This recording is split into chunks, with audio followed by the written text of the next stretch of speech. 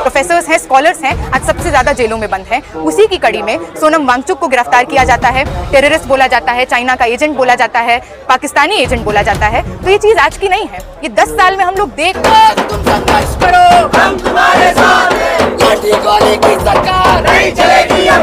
युवा भड़के हुए हैं, युवा इनसे भड़के हुए हैं। इनको खुद को टटोलना चाहिए कि युवा क्यों भड़के हुए हैं। जब युवा आता है सड़क पे सवाल करता है, कोई पटना हो, कोई बीएचयू हो, कोई डीयू हो, तो आप सीआरपीएफ से लेकर पुलिस तैनात कर देते हैं। जैसे इसी देश के युवा यहाँ पे पढ़ने लिखने वाले स्टूडेंट्स टेररिस्ट हैं। इसी देश में हम देखते हैं परवेज वर्मा, अनुराग ठाकुर, कपिल मिश्रा जैसे लोग खुलेआम घूमते हैं, उनको बल्कि इनाम दिया जाता है। भारत की राजनीति के नाम पर देश को बरगलाते रहो, आपस में सबको मरने कटने दो और मुनाफा चंद लोगों को, ये भाजपा की पार्टी को, आरएसएस को, एबीवीपी को और इनके चंद करीबी दोस्त अंबानी और अडानी को होता रहे। बाकी यहाँ की जनता आपस में मरकट के खत्म हो जाए। वो लोग जो इनके सामने नतमस्तक नहीं हो रहे हैं, इनकी चापलूसी नहीं कर रहे हैं, वो हमेशा देशद्रोही करार दिए जाते हैं। मेरा नाम अंजलि है और हम लोग दिल्ली यूनिवर्सिटी के स्टूडेंट्स हैं। यहाँ पर सोनम वांगचुक की रिहाई की मांग करने के लिए और लद्दाख में जो वहाँ की जनता का इतने लंबे समय से संघर्ष चल रहा है स्टेटहुड की डिमांड को लेकर, सिक्स शेड्यूल की डिमांड को लेकर, वहाँ पे जंगल ज़मीन की जो लड़ाई चल रही है उसमें अपनी एकजुटता शामिल करने आए हैं। हम लोग देखते हैं कि अभी किस तरह से एनएसए का कानून लगाकर, जो कि ब्रिटिश हुकूमत के टाइम पे इस तरह के कानून हुआ करते थे, जिसको हम आज भी ड्रैकोनियन लॉज के नाम से जानते हैं, कि ऐसे कानून जो ब्रिटिशर्स इंडियंस को एक्सप्लॉइट करने के लिए लाती थी, आज इस आज़ाद भारत में यूएपीए, एनएसए ऐसे कानून का इस्तेमाल कर बोलने वाले, सोचने वाले, पढ़ने वाले और ऐसे लोग जो तर्क करते हैं और तर्क करना सिखाते हैं, उनको जेलों में डाला जा रहा है। बिल्कुल, खाली देशद्रोही नहीं बताया जा रहा है, उनको चाइना का एजेंट, पाकिस्तान का एजेंट बताया जा रहा है। तो ये तो इस दौर में पिछले 10 सालों में खासकर हमने देखा है कि जो भी जायज़ सवाल पूछे, जो भी हक अधिकार की बात करे, वो देशद्रोही है, वो अर्बन नक्सल है, वो टेररिस्ट है। ये वही सरकार है जिसके राज्य में सबसे ज़्यादा जेलों में पढ़ने वाले, लिखने वाले, बात करने वाले लोग आज हैं। हमारे ही यूनिवर्सिटी के प्रोफेसर हनी बाबू आज जेल में हैं, उमर खालिद आज जेल में हैं, सोनम वांगचुक को भी गिरफ्तार करना इसी की कड़ी में बढ़ा हुआ साजिश है। आज ये लोग चाहते नहीं हैं कि देश में मुद्दों की राजनीति हो। जब किसी भी तरह से, चाहे वो युवा हो, रोजगार के सवाल पर सड़क पर गोलबंद होता है, तो ये पुलिस के इस्तेमाल से, पुलिसिया दमन कर लाठी गोली की सरकार बनाकर उनको अंदर डालती है, उन पे दमन करती है। किसी भी और तरह से दलित, आदिवासी, मुस्लिम महिलाओं के सवाल पर जनता एकजुट होती है तो इसी तरह का दमन होता है। आज लद्दाख के लोग इन्हीं के चुनावी जुमले पर इनसे जवाबदेही मांग रहे हैं कि जब चुनाव लड़ा जा रहा था तब भाजपा ने कहा था कि 6 शेड्यूल लागू करेंगे। आज जब अपना ही अधिकार मांगने के लिए वहाँ की आवाम पीसफुल डेमोन्स्ट्रेशन कर रही है, सोनम वांगचुक को कि पाकिस्तान से लिंक है और मोटी फंडिंग मिल रही है विदेशों में। सर, फंडिंग तो यहाँ का जो देश का हुक्मरान है उसको मिलता है, अडानी अंबानी से। तो वो कैसे आज तक देश में शासक वर्ग के कुर्सी पे बैठा हुआ है? ये वही देश है जहाँ पे, मैं खुद बिहार से आती हूँ, 1,000 एकड़ की ज़मीन 1 रुपये में बेच दी जाती है। लगातार तमाम तरह से जंगलों को ख़त्म कर अडानी अंबानी को दिया जा रहा है। तमाम तरह से जो आम लोग हैं उनकी नौकरियों को ख़त्म करके, उनको हक अधिकार को ख़त्म करके आज इस देश में 2 ही पूंजीपति है जिनका बोलबाला है, जिनकी जेबों को भरा जा रहा है। तो इसी देश में हम देखते हैं परवेज वर्मा, अनुराग ठाकुर, कपिल मिश्रा जैसे लोग खुलेआम घूमते हैं, उनको बल्कि इनाम दिया जाता है, किसी को विधायकी, किसी को सांसद का चुनाव लड़ा दिया जाता है। इसी देश में बिल्किस बानो के जो रेपिस्ट हैं उनको रिहाई मिलती है, आशाराम बापू को रिहाई मिलती है और लगातार इन लोगों को सम्मान से नवाजा जाता है। वहीं दूसरी तरफ जो लोग वाजिब सवाल कर रहे हैं आज जेलों में बंद कर दिए जा रहे हैं। तो आप लोग सड़क पर उतरे हैं, इसका कुछ असर होगा क्या लगता है? सर, क्यों नहीं होगा? बार बार हमने देखा है, ये तो वो देश है जिसने आंदोलन के दम पर गुलामी से आज़ादी ली, ब्रिटिश हुकूमत से आज़ादी ली। लगातार ये वही देश है जहाँ पे कुछ साल पहले का मॉडल लगातार किसानों ने दिया, महिलाओं ने दिया। बार बार जब भी अन्याय हुआ है, इस यूनिवर्सिटी के तमाम स्टूडेंट्स दिल्ली में भी, देश भर में आए हैं, गोलबंद हुए हैं। तो उसी की कोशिश में हम लोग यहाँ पे आए हैं कि बतौर स्टूडेंट्स हमारा फ़र्ज़ है हर तरह के अन्याय के खिलाफ गोलबंद होना।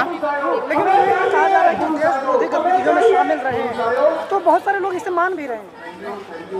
तो ये तो बहुत जायज़ चीज़ है। लगातार जब इस सरकार को अपना उल्लू सीधा करना होता है, जब वो लोग जो इनके सामने नतमस्तक नहीं हो रहे हैं, इनकी चापलूसी नहीं कर रहे हैं, वो हमेशा देशद्रोही करार दिए जाते हैं। हम अभी जंतर मंतर पे हैं। इसी जंतर मंतर पे सेक्सुअल हरासमेंट के खिलाफ लड़ाई लड़ते हुए देश की वो रेसलर्स बैठी रह गई जो देश के लिए गोल्ड मेडल लाए। उनको अन्याय, उनके खिलाफ जो अन्याय हुआ उस पर उनको कोई जस्टिस नहीं मिला। आज सोनम वांगचुक को कहा जा रहा है कि वो टेररिस्ट हैं। ये वो शख्सियत है जिसने देश के लिए मैग्सेसे अवार्ड लाया, जो हर तरह से अपने ब्रिलियंस का इस्तेमाल नेशन के एक बेहतरी के लिए करते रहे। स्कूल्स बनाए, इनोवेशंस किए, सीआरपीएफ के जवानों के लिए सोलर प्लेट लगाकर वो टेक्नोलॉजीज ईजाद कर रहे हैं। तो ऐसे व्यक्ति को भी अगर टेररिस्ट कहा जा सकता है तो ये इस मकसद को समझना बहुत ज़रूरी है कि ये सरकार हर तरह के सवाल से कांपने वाली सरकार है। सरकार को यही फायदा है कि जब चुनाव आएगा तब जिसका वोट चाहिए उसको हर तरह के जुमले दिए जाएंगे। लद्दाख में भी जुमला दिया गया कि 6 शेड्यूल देंगे, लागू कराएंगे। आज चुनाव नहीं है तो वहाँ की जनता भी बरगला गई है, वहाँ की जनता टेररिस्ट है। वहाँ के जो लीडर हैं जो उनका प्रतिनिधित्व करते हुए पीसफुल प्रोटेस्ट कर रहे हैं, पद यात्रा निकाल रहे हैं, मौन व्रत कर रहे हैं, भूख हड़ताल कर रहे हैं, इससे पीसफुल क्या फॉर्म हो सकता है प्रोटेस्ट का। लेकिन आज वो टेररिस्ट हो गए हैं क्योंकि ना चुनाव है और ना उनको अपना राजनीतिक उल्लू वहाँ से सीधा करना है। तो आज वो जनता भी खराब है, उनके लीडर भी खराब है। पत्नी जो है सुप्रीम कोर्ट का दरवाजा खटखटाई, क्या लगता है कि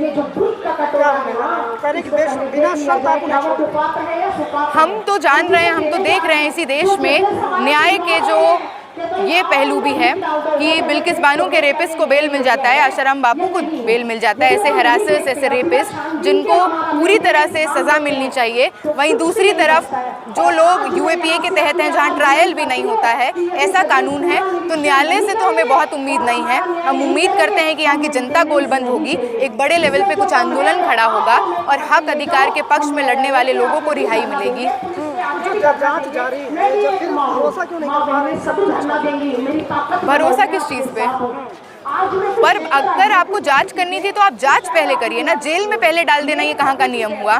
एनएसए, यूएपीए यही तो करता है कि आपको ट्रायल का मौका नहीं देता, आप पे शक के बिना पे आपको जेल में डाला जा सकता है। और हम देखते हैं 5 साल से कोई उमर खालिद, 6-6 साल, 7-7 साल लोग वहाँ पे रहे हैं। जीएन साई बाबा को गलत केस में फंसाकर जेल में डाल दिया गया, इतने साल बाद निकाला गया, 3 महीने के अंदर उनकी मृत्यु हो गई। तो इस मर्डर का जिम्मेदार ये देश में जो शासक वर्ग है, मोदी सरकार है, वही है।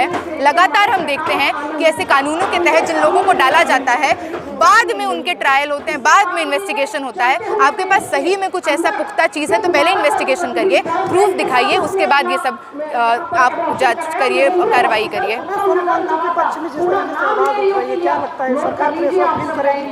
सर बिल्कुल, और खाली उनके राज्य के लोग, उनके पार्टनर, खाली ये लोग आवाज़ नहीं उठा रहे हैं। देश के तमाम डेमोक्रेसी पसंद लोग जो समझते हैं कि सोनम वांगचुक को जो गिरफ्तार किया गया है, लद्दाख की आवाम के आंदोलन पे जो हमला है, ये हमारा बारी भी आएगा। क्योंकि ये जो सत्ता में बैठा व्यक्ति है ये किसी के पक्ष का नहीं है। आज हम लोग यूनिवर्सिटी स्टूडेंट्स हैं, यहाँ पे इसलिए आए हैं क्योंकि हम देख रहे हैं कि नई शिक्षा नीति लागू कर जिस तरह से आज शिक्षा की हालत कर दी गई है, हर सेमेस्टर फीस वृद्धि होती है, ऐसे कोर्सेज पढ़ाए जा रहे हैं जो पढ़ के कल को कोई नौकरी नहीं मिलेगी। तो हर चीज़ लिंक्ड है, हमारे जीवन में क्या होगा ये राजनीति तय करती है। तो बहुत ज़रूरी है कि ऐसे कदमों पे, ऐसे जंक्शंस पे हम लोग भी तय करें हम किस तरफ खड़े हैं। और आज वही चीज़ को तय करते हुए हम लोग सोनम वांगचुक जी की रिहाई की मांग करते हुए यहाँ पे आए हैं। लद्दाख जलाने की षड्यंत्र रचा गया था। लद्दाख जलाने का तो कोई षड्यंत्र नहीं था। आप देखेंगे तो उस न्यूज़ से ही समझ आएगा कि वहाँ के जो युवा हैं परेशान होकर,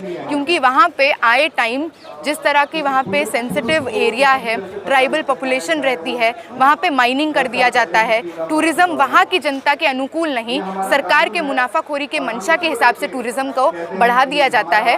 कभी इंफ्रास्ट्रक्चरल एडवांसेस होते हैं पर इसी तरह से कि वहाँ की जल जंगल ज़मीन पे हमला हो, नदियों को ख़राब किया जाए, वहाँ के जो लोग रहते हैं उनको इन सारी चीज़ों में किसी भी तरह के नौकरी के अवसर नहीं मिलते। ये सारा मुनाफाखोरी सरकार और वहाँ के जो नेटिव नहीं हैं, वहाँ के जो लोकल नहीं हैं, उन लोगों के साठगांठ में जो प्रॉफिट का बिजनेस चलता है उन्हीं के पास मुनाफा जाता है। तो वहाँ की जो आवाम है वो तो बहुत समय से 6-7 साल से ये मांग कर रही है कि हमारे स्टेट में हमें ऑप्शंस मिले, हमें नौकरी मिले, हमारी जो सभ्यता है, संस्कृति है, भाषा है, उसको प्रिजर्व करने के लिए जो संविधान भी हमको अधिकार देता है उसके अनुकूल जो राष्ट्र का जो सरकार है वो काम करे।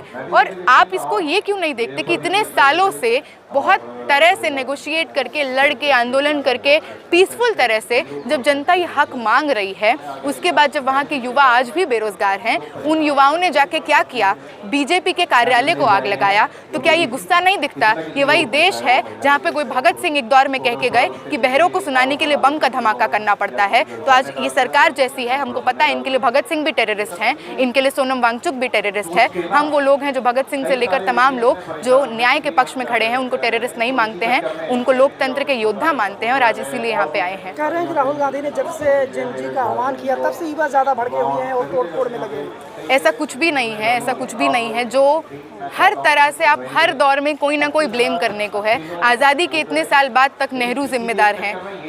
अगर राहुल गांधी ने जाकर कहीं पे एक प्रोटेस्ट में एकजुटता दिखा दी और देश का युवा जो सही में त्रासदी से बीत रहा है, पिछले 6-7 सालों में 84 पेपर लीक हुए हैं, कोई नौकरी का एग्जाम देने जाइए, पता चलेगा अंदर से सेटिंग है, चीटिंग का माफिया पूरा बैठा हुआ है, पेपर बिकता है, पेपर खरीदा जाता है। आप तैयारी करते करते ज़िंदगी आपकी पिस जाएगी, माँ बाप का पैसा खत्म हो जाएगा, हर तरह से लोन लेके उसके स्पाइरल में भी आप फंस जाएंगे। पढ़ने आए हैं JNU DU, वहाँ पे आए हैं तो देख रहे हैं बेतहाशा फीस वृद्धि, कहने को सुविधाएं हैं पर ड्यू जैसी जगह पे तो 5 से भी कम प्रतिशत स्टूडेंट्स को हॉस्टल मिलता है। दिल्ली जैसे शहर में 15,000-20,000 किराया दे के रहिए। उसके बाद अगर कोई युवा के पक्ष में बोल रहा है, बेरोजगारी के खिलाफ बोल रहा है, शिक्षा बेहतर हो उसके लिए बोल रहा है, तो ऑफ कोर्स इनको गलत लगेगा, क्योंकि इनकी राजनीति तो युवाओं को भड़काकर नेपाल बनाना चाहते हैं। बिल्कुल ऐसा कुछ नहीं है और युवा भड़के हुए हैं, युवा इनसे भड़के हुए हैं। इनको खुद को टटोलना चाहिए कि युवा क्यों भड़के हुए हैं। जब युवा आता है सड़क पे सवाल करता है, कोई पटना हो, कोई BHU हो, कोई DU हो, तो आप CRPS से लेके पुलिस तैनात कर देते हैं। जैसे इसी देश के युवा, यहाँ पे पढ़ने लिखने वाले स्टूडेंट्स टेररिस्ट हैं। आप अपने ही जनता के प्रति आपकी कोई जवाबदेही नहीं है। सीना ठोक के आप कहते हैं कि आप देश के दुनिया के किसी भी और कोने में आप डेमोक्रेसी रिस्टोर कर दीजिएगा। US से आपके बहुत रिश्ते हैं। यहाँ पे ये वही देश है जहाँ पे US से लोगों को, इंडियन सिटीजन्स को जंजीरें बांध के एक कैदी की तरह बिना डिग्निटी के यहाँ पे भेजा जाता है। तो आज जिस चीज़ का डंका मोदी जी पीटते हैं विदेश में जाके कि डेमोक्रेटिक DNA है, हम लोग हैं जो सबसे ज़्यादा डेमोक्रेसी की लड़ाई में सबसे अग्रिम कतार में खड़े होते हैं,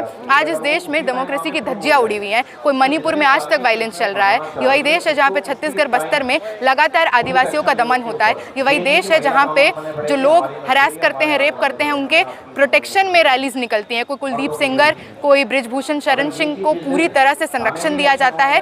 तो जिस खोखले तरह से इस देश को चलाया जा रहा है और जिस विचारधारा पे चलाया जा रहा है, ये हमसे छुपी हुई बात नहीं है। तो वो कह देते हैं कि भाई हर चीज़ के लिए जो पुरानी सरकारें हैं, जो 70 साल में जो 60 साल कांग्रेस ने और सरकारों ने काम किया, उसकी वजह से दिक्कतें आ रही हैं। तो आप कैसे देखते हैं इसको? 10 साल से तो आप है ना, पर आपने क्या बदल दिया? 10 साल से तो यही लोग हैं ना। कांग्रेस ने जो किया और किसी ने जो किया उसका ढिंडोरा कब तक पीटेंगे? 10 साल से आप हैं और इस 10 साल में GDP नीचे गया है। इस 10 साल में शिक्षा पे जो बजट का खर्चा होता है वो कम जाता है। लगातार हमारी डिमांड रही है कि शिक्षा पे बजट का एटलीस्ट 10वां हिस्सा तो खर्च करें, क्योंकि किसी भी तरह के एडवांसेस नहीं होते हैं रिसर्च के लेवल पे, बेहतर ऑप्शंस के लेवल पे। शिक्षा आज कमोडिटी बन के रह गई है, तमाम चीज़ें आज प्राइवेट हो जा रही हैं और इन सब में जो साठगांठ है सरकार का और कॉरपोरेट घरानों का, वो और स्पष्ट होता ही जाता है जितने जितने साल इस देश में भाजपा सरकार को होता है। आप देखेंगे कि आज इंटेंशन साफ है कि नफरत की राजनीति के नाम पर देश को बरगलाते रहो, आपस में सबको मरने कटने दो और मुनाफा चंद लोगों को, ये भाजपा की पार्टी को, RSS को, ABVP को और इनके चंद करीबी दोस्त अंबानी और अडानी को होता रहे। बाकी यहाँ की जनता आपस में मर कट के ख़त्म हो जाए। एक क्वेश्चन ये कि मोहम्मद यूनिस का जो एक फ़ोटो वायरल हो रहा है जिसमें सोनम वांगचुक जी की पत्नी को भी सफाई देनी पड़ रही है।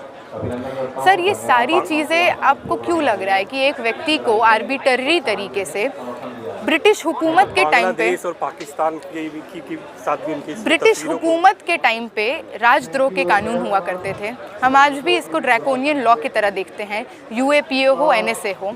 एक तो इतना आज़ाद देश में अपने ही देश के सिटीजन्स के खिलाफ इस तरह के कानून क्यों एग्जिस्ट करते हैं? पहला सवाल ये है कि आपको अपने ही लोगों को देशद्रोह करार देकर अंदर जेल में भर देने की क्या ज़रूरत आन पड़ी है? दूसरी तरफ इस कानून के तहत आज जेल में सबसे ज़्यादा वो लोग हैं जो दलित हैं, आदिवासी हैं, मुस्लिम हैं, या तो वो इस आइडेंटिटी से हैं, नहीं तो इस आइडेंटिटी के पक्ष में लड़ाई लड़ने वाले लोग हैं।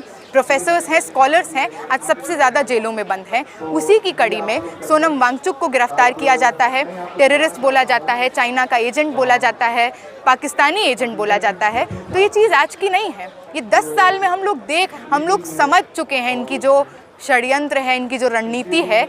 जो आपसे सवाल करे, जो आपके आँख में आँख डालकर विरोध करे, उसको आप देशद्रोही करार दे दीजिए। और इसके बाद जनता में तो इतनी नफरत फैली हुई है, मेन स्ट्रीम मीडिया इनके हाथ में, जुडिशरी इनके हाथ में, हर संस्थान में बैठा हुआ एचओडी से लेकर प्रिंसिपल। हमारी यूनिवर्सिटी में तो आज जो टीचर की भी भर्ती होती है वो इस क्राइटेरिया पे होती है कि आरएसएस की शाखा में जाके अटेंडेंस लगाते हो कि नहीं। तो हर संस्थान जब इनके हाथ में है तो इस नफरत को आग लगाकर, चिंगारी को आग में बदलना बहुत आसान है। इसीलिए आप देखेंगे कि ये फॉल्स प्रोपेगेंडा, मिस इन्फॉर्मेशन के दौर में ये सरकार इसलिए इतनी फल फूल रही है।